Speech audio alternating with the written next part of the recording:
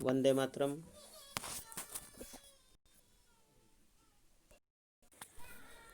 तो बच्चों, आज हम लोग पढ़ेंगे घन और घनमूल। घनमूल ये 7.1 भूमिका। आप देख सकते हैं, ये कहानी भारत की महान गणितज्ञ प्रतिभावान विभूतियों में से एक एस रामानुजन के बारे में है। एक बार एक अन्य प्रसिद्ध गणितज्ञ प्रोफेसर GHRD उनसे मिलने की एक टैक्सी में आए और जिसका नंबर था AX1729। रामानुजन से बात करते समय हार्डी ने इस संख्या को एक नीरस संख्या बताया, यानी बताया कि यह बेकार संख्या है। और रामानुजन ने तुरंत बताया कि 1729 वास्तव में एक रोचक संख्या थी।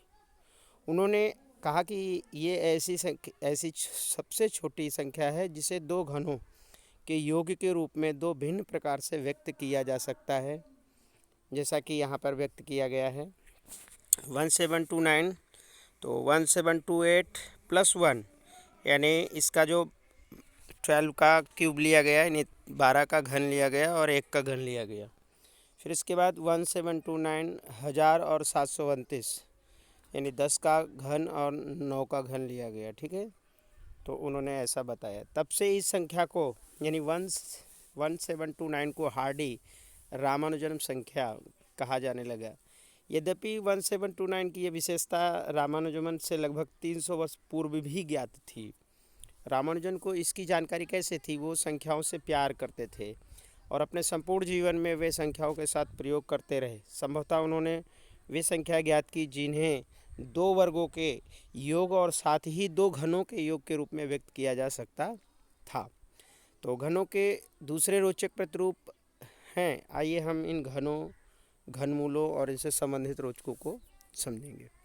अभी यहाँ पर एक कोष्टक दिया गया है बच्चों, यहाँ पे कि रामानुजन संख्या यानी 1729 सबसे छोटी हार्डी रामानुजन संख्या है। इस प्रकार की अनेक संख्याएं हैं, इनमें से कुछ है जैसे 4104, तो 216, 915, 13832, तो 1820 और 2024। ठीक है, अब हम देखेंगे आगे कि घन जो होता है, घन का प्रयोग ज्यामिति में किया जाता है। यानी कहाँ पे प्रयोग किया जाता है? ज्यामिति में। तो घन एक ऐसी ठोस आकृति है जिसकी सभी भुजाएं बराबर होती हैं और 1 सेंटीमीटर भुजा वाले कितने घनों से 2 सेंटीमीटर भुजा घन बनेगा। ठीक है, और 1 सेंटीमीटर भुजा वाले कितने घनों से 3 सेंटीमीटर का भुजा का घन बनेगा। ऐसा हम समानता देख सकते हैं। तो आप सबसे पहले हमें ये पता करना है कि जो घन संख्याएं हैं क्या है या पूर्ण घन क्या है। तो जैसे 1827 हम देखते हैं, जैसे 1, 8 और 27, फिर 4 चौक 16 चौके 64, यानी 1827 और 64। इस तरह से ये जो संख्याएं मिलती जाएंगी हमको। ठीक है, ये संख्याएं हम घन संख्याएं कहेंगे। इनको क्या कहेंगे? घन संख्याएं या क्यूब। क्या बोलेंगे इसको? क्यूब के वाली संख्याएं। जैसे अब आप देख सकते हैं यहाँ पे कि एक लिखा है, तो इसका 1 गुणे 1 गुणे 1, यानी 1 इंटू 1 इंटू 1। फिर 8 लिखा है तो इसको 2 इंटू 2 इंटू 2, या 2 की क्यूब 3, या 2 की पावर 3। ठीक है, फिर उसके बाद 27 है। आप देख सकते हैं यहाँ पे 27 3 इंटू 3 इंटू 3, यानी 3 बार उसका यूज 3 टाइम्स किया गया है। ठीक है, 3 बार 3 क्यूब या 3 की घाते 3, या हम इसे 3 घन भी बोल सकते हैं। ठीक है, तो अब देखेंगे कि 5 की 3, 5 गुणे 5 बराबर 125 आया। और 125 एक घन संख्या है। क्या है? घन संख्या, यानी क्यूब वाली, क्यूब परफेक्ट क्यूब संख्याएं हैं या पूर्ण घन संख्या है। ठीक है, उसके बाद क्या 9 एक घन संख्या है? तो जब आप 9 देखेंगे, ठीक है बच्चों, अगर आप 9 को देखिए हम आपको बता रहे हैं। जैसे 9 लेते हैं हम, तो 9 का 3 गुणे 3 ही आता है। यानी पूर्ण घन बनाने के लिए हमें एक और 3 की ज़रूरत पड़ेगी, लेकिन यहाँ पर जो 3 गुणे 3 ही आ रहा है, इसलिए हम कह सकते हैं कि ये जो 9 है वो पूर्ण घन संख्या नहीं है। ठीक है, ओके। अब आप एक सारणी को देख सकते हैं। इस सारणी में जैसे 1 का बनाया गया, 1 का क्यूब 1, 2 का, तो 2 का क्यूब बनाएगा 2, 2 × 2 × 2, 2 दूनी 4, दूनी 8। ठीक। फिर आप देख सकते हैं 3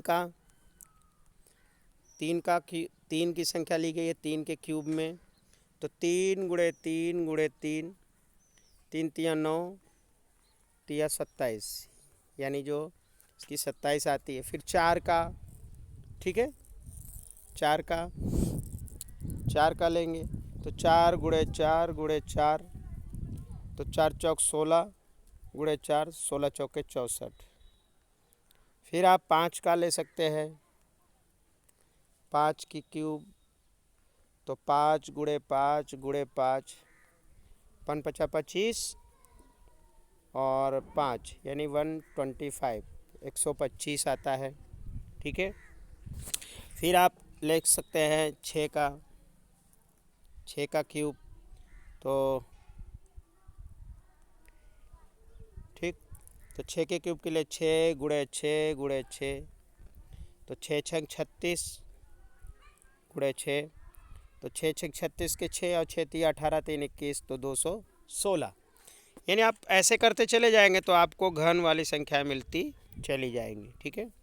फिर आप 7 का ले लीजिए, 7 का क्यूब, तो 7 × 7 × 7, तो 7 × 7 = 49 यानी 49, और फिर 7 7 × 9 = 63, 63, 7 चौक 28, 4 32, 7 चौक 28, 28 और 6 8 6, यानी 7 9 63 के 3 हासिल 6 आएंगे।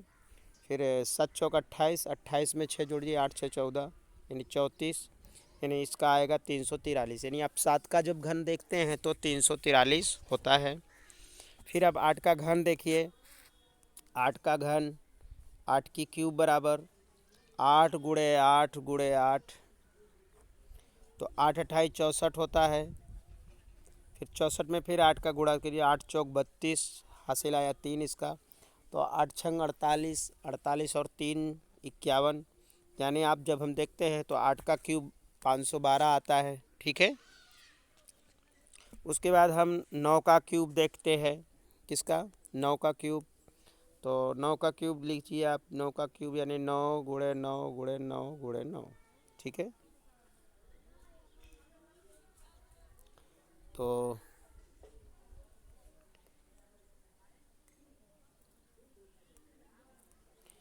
नौ का क्यूब लीजिए, तो 9 × 9 × 9, 9 का गुणा किया तो 9 9 81 आया, और गुणे 9 किया तो 9 1 कम 9, 9 8 72, यानी हम 9 का क्यूब देखते हैं तो 729 आता है। ठीक है। अब हम 10 का क्यूब देखेंगे बच्चों। 10 का क्यूब अगर हम देखते हैं तो 10 का क्यूब यानी 10 का घन लिखते हैं, तो 10 × 10 × 10। अब आप देखिए इसमें 3 जीरो है, तो 3 यानी पहले 1 लिख दीजिए, बाकी 3 जीरो लिख दीजिए, यानी 1000 आता है। तो 10 का जो क्यूब है वो 1000 आता है। ठीक है। अब आप सारणी 1 से 1000 तक केवल 10 पूर्ण घन संख्याएं हैं, और 1 से 100 तक कितने पूर्ण घन होंगे। ठीक है। तो उसके बाद 11 से 20 तक की जो संख्या यहाँ पर दी गई है, तो 11 का जो घन है वो 1331 है, 12 का घन है 1728, 13 का घन है 2197, उसके बाद 14 का जो घन है वो है 2744, 15 का घन है 3375, 16 का घन है 4096, 17 का घन है 4913, फिर 18 का घन है 5832, 19 का घन है 6859, और 20 का घन है 8000। ठीक है। अब आप देख सकते हैं कि इसमें कुछ सम और विषम संख्याएं को जो दिखाया गया इसमें सम हैं। ठीक है। जैसे 12 14 16 ये सम के रूप में दर्शाए गए हैं, और 17 और 19 ये विषम के घन के रूप में दर्शाए गए हैं।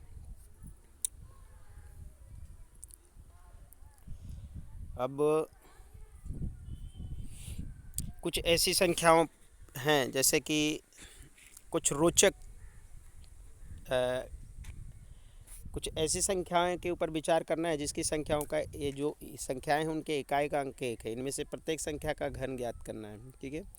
और इन संख्याओं के घन के इकाई के अंक के बारे में हम क्या कह सकते हैं, अब आप देखेंगे कि जैसे कि आप देख रहे हैं यहाँ पर, जैसे A11 है, ठीक है, उसका घन करने पर, 1 का घन करने पर, ठीक है, और फिर 21 है, उसका घन करने पर, सभी संख्याओं का घन करने पर उसके घन के इकाई का जो अंक आता है वो 1 आता है।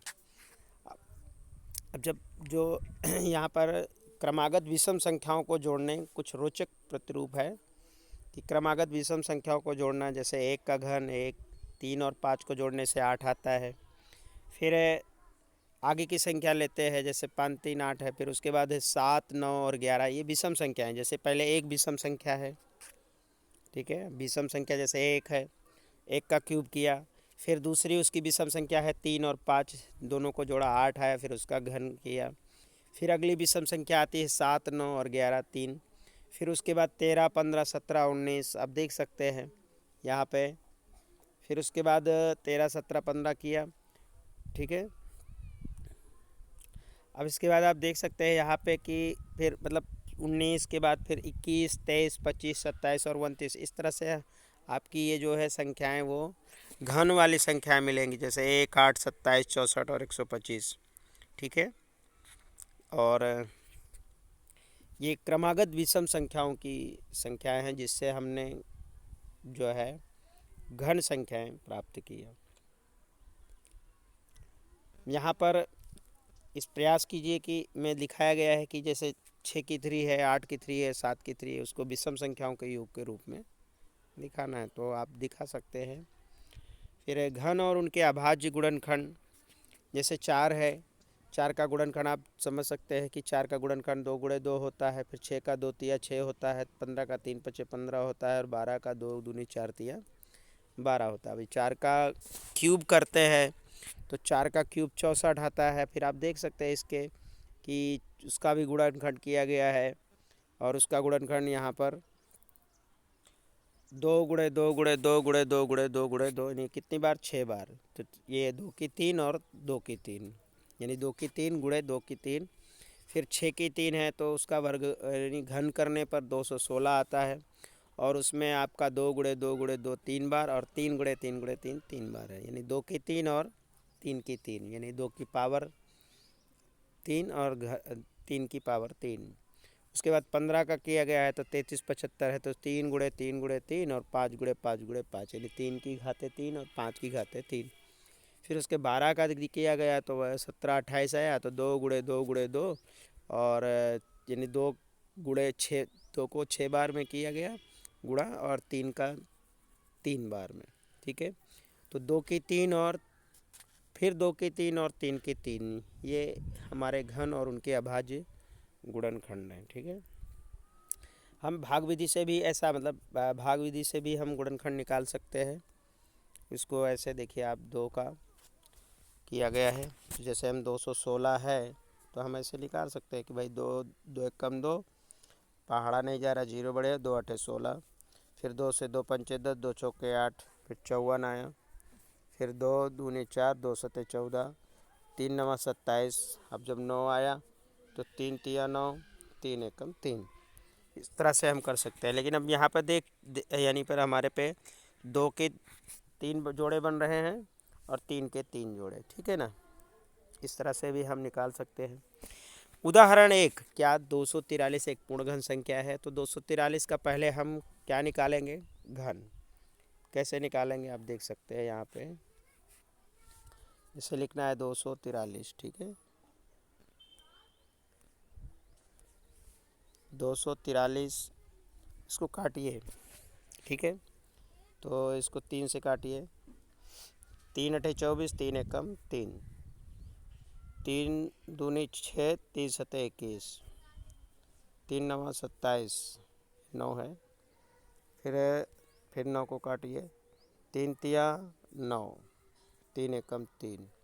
देखिए 3 के कितने, 3 जोड़े इधर बन रहे हैं, 2 जोड़े इधर बन रहे हैं, जबकि घन करने के लिए हमें 3 जोड़े चाहिए। कितने चाहिए, 3 जोड़े। यानी हम देखते हैं कि 243 का जब हमने निकाला, 3 गुणे 3 गुणे 3 गुणे 3 गुणे 3, यानी इसके 3, ये 3 जोड़े इधर का बन रहा है, इधर का सिर्फ 2 ही बन रहा है। अगर हम इसमें 3 से और मिला दें, एक संख्या 3 और मिला दें, तब ये संख्या पूर्ण घन बन जाएगी। ठीक है, तो इस तरह हम कह सकते हैं कि जो ये संख्या है 243 वो पूर्ण घन संख्या नहीं है। इसे हमें त्रिक बनाने के लिए इसमें एक 3 से गुणा करना पड़ेगा।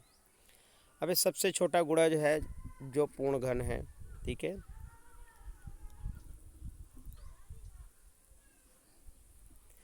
क्या 392 एक पूर्ण घन संख्या है? यदि नहीं तो सबसे छोटी प्राप्त करने के लिए संख्या प्राप्त कीजिए जिससे 392 को गुणा करने पर गुणनफल एक पूर्ण घन बन जाए।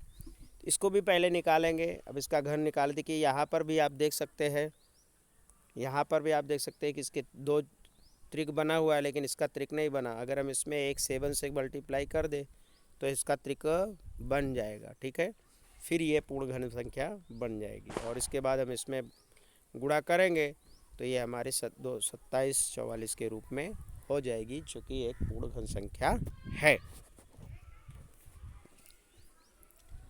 फिर क्या 53,240 एक पूर्ण घन संख्या है? और यदि नहीं है तो क्या इसको कैसे, किस छोटी छोटी संख्या से भाग दिया जाए कि ये प्राकृतिक संख्या बन जाए? ठीक है, तो आप देखिए इसका अगर हम गुणनखंड निकालते हैं तो ये देखिए अभी बना हुआ है कि 2 गुणे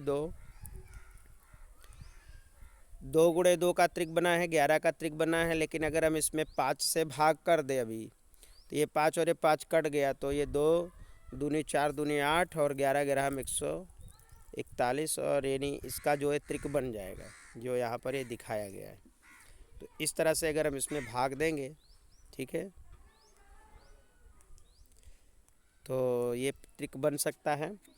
इसमें हम 5 से भाग कर देंगे तो ये पूरा त्रिक बन जाएगा और ये पूर्ण घन संख्या बन जाएगी। ठीक है, अभी आपने देखा कि गुणा करने के लिए गुणा करना पड़ता है, तब ये गुणा से बन जाएगा पूर्ण घन, और भाग के लिए हम इसमें नीचे भाग कर देंगे और ये 5 से 5 काट देंगे।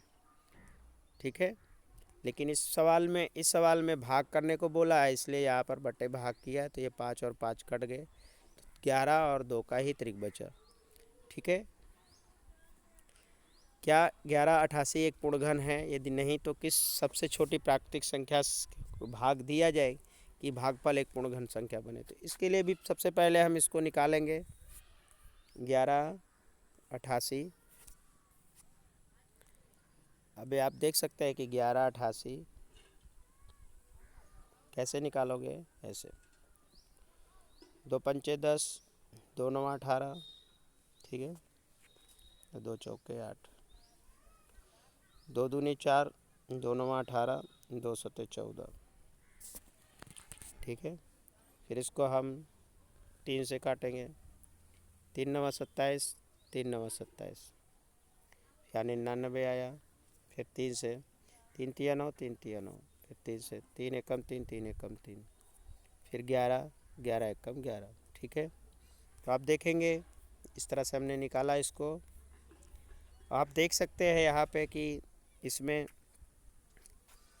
2 के 2 जोड़े बने, 3 का ही त्रिक बन रहा है और 11 और 2 का त्रिक बना नहीं है। इसमें हमारे में 2 का और 11 का त्रिक नहीं बना। तो सबसे पहले हम इसमें 2 से भाग कर दें, यानी 2 गुणे 2 से भाग कर दे तो ये 2 कट जाएगा। उसके बाद फिर हम 11 से भाग करेंगे तो ये 11 कट जाएगा और बचेगी क्या?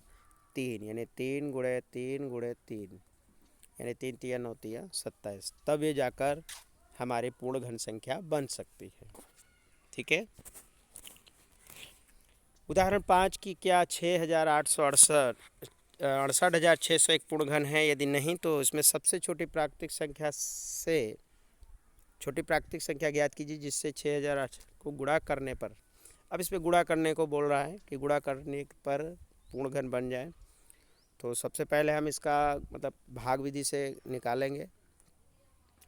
68,600 को अगर हम निकालते हैं, 68,600, फिर आप काटिए जैसे 2 से, 2 तिया 6, 2 चौके 8, 2 तिया 6, 0 0। फिर 2 से देखिए, 2 एकम 2, 2 सत्ते 14, 2 एकम 2, 2 पंचे 10, 0। फिर 2 से दो अठे 16, दो पंचे 10, दो सते 14, दो पंचे 10, ठीक है। 85 77 आया। फिर आप 85 75 आया, 85 75, ठीक है। अब 85 75 को आप 5 से काटिए।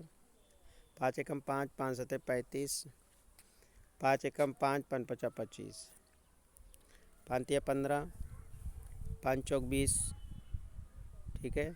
5 तिया 15। अब 343 आया, ये 7 से कटेगा। कितना? 7 से 343। तो 7 सता 49, 7 चौक 28, 7 नवा 63, 7 सता 49, 7 एकम 7। अब आपने देखा इसमें कि मतलब ऐसे काटा हमने, आपने देखा कि इसमें 2 का त्रिक बन रहा है और 7 का त्रिक बन रहा है। 2 और 7 का त्रिक बन रहा है, 5 का त्रिक भी इसमें बन रहा है, ठीक है। तो इसमें हमने देखा कि 5 का त्रिक नहीं बना इधर। यहाँ पे देखो हमने बनाया है पहले। 2 और 7 का त्रिक बन रहा है, 5 का त्रिक नहीं बन रहा। तो इसमें हम 5 से गुणा कर दें तो 5 का त्रिक बन जाएगा और उस हिसाब से ये पूर्ण घन संख्या बन जाएगी, ठीक है।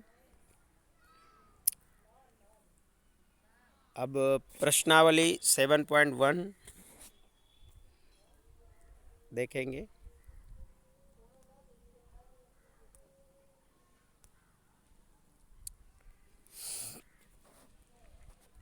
कि कौन सी पूर्ण घन संख्या नहीं है। जैसे 216 है। अब 216